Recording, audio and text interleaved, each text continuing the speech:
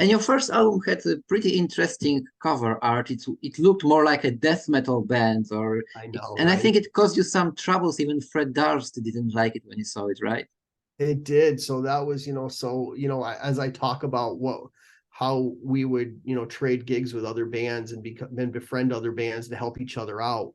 There was a band from Connecticut that would always come play with us, and the drummer had called me and said, "Hey, we have a gig opening for Limp Bizkit," and their first record had just come out. I mean, I had it, but it had only been out for, I don't even know, like a month or something. It wasn't long. And I was like, "Yeah, of course." He goes, "It's 20 minutes." He goes, "You'd be first." I'm like, whatever, that's fine. So, but yeah, Fred approached Aaron like in the vestibule or lobby of where we were, and kind of went off on him. And we were about to go on, and Aaron came up. He's like, "He doesn't want us to play." I'm like, "We're playing, all our stuff's up there. We're going to," and he watched the whole set. And afterwards, he was, changed his tune. He really liked what we did and gave us his number and said, "I want to get you signed. I just gotta, I have a record company, and I want you guys to be on it." And so, we left, and I was like, I go, "Well, let's see. I mean, you hear this stuff all the time. It doesn't ever really amount to anything. You know what I mean? So let's just see." And I remember I called Fred for like a month, couldn't leave, never answered, voicemail full, couldn't leave a message.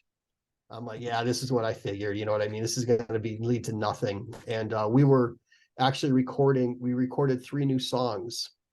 And Limp Bizkit was opening for the Deftones the night before Thanksgiving outside of Boston. And I said, "Hey," I go, "Listen, let's bring him the new songs and see what he thinks. And let's, so, we drove out to Boston a couple hours and had cassette tapes, and did the knock on the bus door, and never even saw Fred that night. We saw Lethal and Wes were on the bus, and we left a couple of tapes there, hung out with those guys for whatever, 10 minutes or something. And we watched the show and drove home. And like 2 a.m, my phone rang, and our music was blaring in the background, and it was Fred calling, saying that he loved the new stuff. And so that kind of, started the connection. And we went down right after Christmas that year to work with him in Jacksonville, Florida.